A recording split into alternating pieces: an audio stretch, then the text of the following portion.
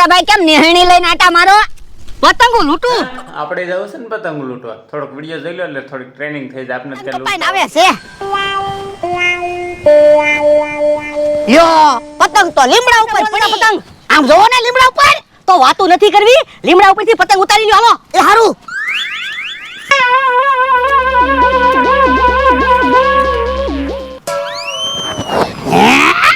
પતંગ તો બહુ હારી છે હું. એ મમરાભાઈ નિહાણી લઈને અહીંયા આવો. અહીંયા પતંગ આવી.